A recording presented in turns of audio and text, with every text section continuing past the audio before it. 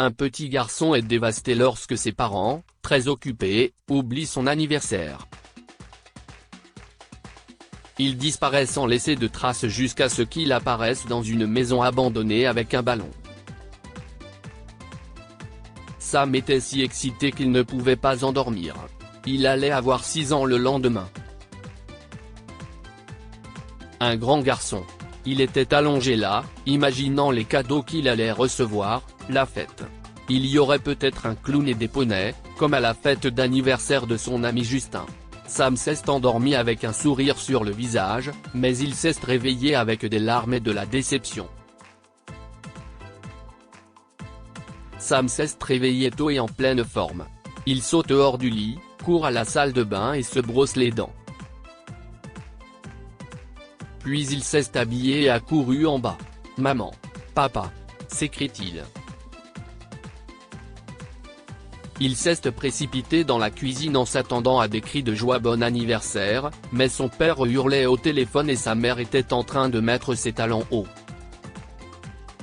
« Au revoir Sammy », a-t-elle dit en lui donnant un baiser rapide. Mendy est un peu en retard, mais elle sera là dans 10 minutes, alors évite les ennuis. « Mais maman », dit Sam, les yeux remplis de larmes. Et 6 points plus tard, Sam, a crié son père. Honnêtement, je ne peux pas attendre que tu grandisses. Ces pleurs constants pour avoir de l'attention m'irritent. John, dit la mère de Sam d'une voix réprobatrice. Sam fait de son mieux. Maintenant, mon chéri, sois sage. Nous te verrons plus tard. Et sur ce, ses parents ont passé la porte et ont laissé Sam debout, seul. Sam s'est assis à la table et a regardé son bol de céréales. Il n'a plus faim. Il y avait une énorme boule qui lui obstruait la gorge et un sentiment de vide dans sa poitrine. Ses parents avaient oublié son anniversaire. Il ne m'aimant pas, se disait-il, et des larmes chaudes coulaient sur ses joues. Personne ne m'aime. Il ne remarquerait même pas si je disparaissais. Cela a donné une idée à Sam. Il s'enfuirait avant que Mendy n'arrive. Ils verront. Il a couru à l'étage et a pris son sac à dos et son jouet préféré, la voiture. Il a mis 2 barres de chocolat dans son sac à dos et s'est fait 3 énormes sandwichs au beurre de cacahuète et à la confiture. Et voilà. Il était prêt. Il s'est glissé par la porte arrière juste au moment où la voiture de sa baby-sitter s'est engagée dans l'allée. Sam a commencé à marcher. Il ne savait pas où il allait, il voulait juste être loin, très loin. Peut-être qu'il trouverait une famille qui voudrait d'un petit garçon qui n'était pas très doué en sport comme lui. Il a marché pendant un long moment et ses pieds ont commencé à être très douloureux. Il n'y avait pas de maison dans cette partie de la ville, juste beaucoup de magasins et quelques entrepôts. Il a vu un banc et s'est empressé de s'asseoir, ses pieds se balançant sur le trottoir. Sam soupira et une voix lui dit, « Ça fait du bien de se reposer, n'est-ce pas ?» Il y avait un homme assis sur le sol avec une grande tasse devant lui. L'homme était sale, avec une épaisse barbe hirsute, mais il avait des yeux gentils. « Oui, » a dit Sam. « Il l'est point. Que fais-tu ici tout seul, mon fils ?» a demandé l'homme avec douceur. Sam a haussé les épaules et s'est frotté les yeux pour arrêter un nouveau flot de larmes. « J'ai fui, murmura-t-il. Enfui ?» demande l'homme. « Ce n'est pas une bonne idée. Tes parents vont se faire un sang d'encre. »« Non, pas du tout. » dit Sam avec amertume. « Si estime mon anniversaire et ils ne s'en sont même pas souvenus. Je pense qu'ils seront heureux de voir que je suis parti. Je parie qu'ils ne s'en rendront même pas compte. » « Je pense que si, » dit l'homme. Quel est ton nom, petit? Je m'appelle Sam, a-t-il dit. Et toi, comment tu t'appelles? L'homme sale a souri. Je m'appelle Carl. Tu sais quoi? A-t-il demandé. Je me suis enfui aussi, si est pour cela que je suis ici. Le problème, si est que si tu restes loin trop longtemps, si est difficile de rentrer chez toi.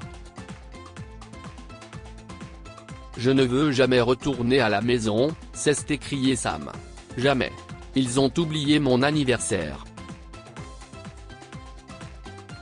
Il n'y a pas de cadeau et pas de fête, pas même un ballon. Un ballon? Demanda Carl. Tu veux un ballon? Attends ici. Carl ramassa sa tasse et versa quelques pièces dans sa paume, puis il entra dans la boutique d'à côté. Sam pouvait voir beaucoup de serpentins brillants et de personnages de dessins animés dans la vitrine du magasin. C'était un magasin qui vendait du matériel et des accessoires de fête. Quand Carl est sorti, il tenait la ficelle d'un gros ballon bleu vif avec la légende « Joyeux anniversaire ». C'était le plus beau ballon que Sam ait jamais vu. « Si est-il pour moi ?» a demandé Sam, tout excité. « Si est-il magnifique. Si est-il sûr ?» a dit Carl en souriant. « Désolé, je n'ai pas pu m'occuper du gâteau d'anniversaire. J'ai des sandwichs au beurre de cacahuètes et à la gelée », a dit Sam. On peut faire une fête. Allez, viens, dit Carl. Je connais un endroit où on peut aller. Ce que Sam ne savait pas, si est que Mendy avait appelé ses parents et qu'il était très inquiet. Le père et la mère de Sam sont allés voir la police immédiatement. Il a un localisateur GPS sur son bracelet de montre, a dit la mère de Sam. S'il vous plaît, nous devons le trouver. Le père de Sam embrassait sa femme et luttait contre les larmes. J'ai été si dur avec lui, pleurait-il. Et si est-il juste un petit garçon? Il est tout seul. La police a commencé à suivre le localisateur GPS de Sam. Nous l'avons, a dit l'officier, et les parents de Sam, accompagnés de 2 officiers, se sont rendus à l'endroit indiqué. C'était une vieille maison abandonnée près du quartier d'affaires, et assis sur la pelouse se trouvait Sam et un sans-abri. « Stop !» a crié l'officier de police. « Main en l'air et éloignez-vous du garçon. » Sam, qui mangeait un sandwich d'une main et tenait le ballon de l'autre, se leva d'un bond. « Non !» a-t-il crié. « Carl est mon ami. Il m'a donné un cadeau d'anniversaire. Je n'ai pas fait de mal au garçon, a dit Carl tranquillement. Je le jure. Un cadeau d'anniversaire?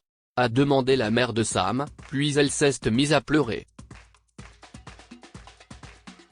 On a oublié. Oh, Sammy, je suis tellement désolé. Sam, a demandé son père, est-ce que cet homme t'a emmené? Non, a dit Sam. Je me suis enfui parce que vous ne m'aimez pas. Nous t'aimons, a dit la mère de Sam. Nous étions si inquiets. Je suis désolé, Sammy, a dit le père de Sam. S'il te plaît, pardonne-nous, rentre à la maison. Carl a dit doucement. Sam, tu te souviens de ce que j'ai dit? Si tu cours trop loin, si est-il difficile de revenir en arrière. Il a étendu ses bras. Tu vois? Si est-il ce qui arrive quand tu cours. Tu ne veux pas que cela t'arrive. Sam a tendu les bras à ses parents et ils l'ont serré dans leurs bras. Puis le père de Sam s'est tourné vers Carl et a dit, « Comment peut-on vous aider? Voulez-vous un emploi ?» Carl a hoché la tête. « Oui, j'aimerais bien. Mais regardez-moi. Personne ne me donnera une chance. » Je le ferai, a dit le père de Sam. Vous pouvez commencer lundi comme concierge dans mon entreprise. Vous pourrez peut-être rentrer chez vous aussi, Carl. Les parents de Sam ont appris à tracer une ligne entre leur travail et leur vie de famille et à faire passer leur enfant en premier. Entre-temps, Sam a eu une grande fête d'anniversaire avec des clowns, des ballons et des poneys. Mais Carl a eu le plus beau cadeau de tous, un nouveau départ. Que pouvons-nous apprendre de cette histoire? Rien n'est plus important ou plus précieux que nos enfants. Comme les parents de Sam, les gens sont parfois tellement pris par leur carrière qu'ils oublient ce qui est vraiment important dans leur vie. Une seconde chance est le plus beau des cadeaux. Le père de Sam a offert à Carl ce dont il avait le plus besoin, un emploi, pour qu'il puisse remettre sa vie sur pied et repartir à zéro. Partagez cette histoire avec vos amis. Elle pourrait égayer leur journée et les inspirer. Le jour de la fête des mères, une pauvre femme qui se bat pour nourrir ses enfants reçoit 200 000 $ d'un inconnu, Jake Reed. Découvrez la raison de ce beau geste. Cette histoire est inspirée de la vie quotidienne de nos lecteurs et rédigée par un écrivain professionnel. Toute ressemblance avec des noms ou des lieux réels est une pure coïncidence. Toutes les images sont uniquement destinées à l'illustration. Partagez votre histoire avec nous. Elle changera peut-être la vie de quelqu'un. Si vous souhaitez partager votre histoire, veuillez l'envoyer à info@amomama.com.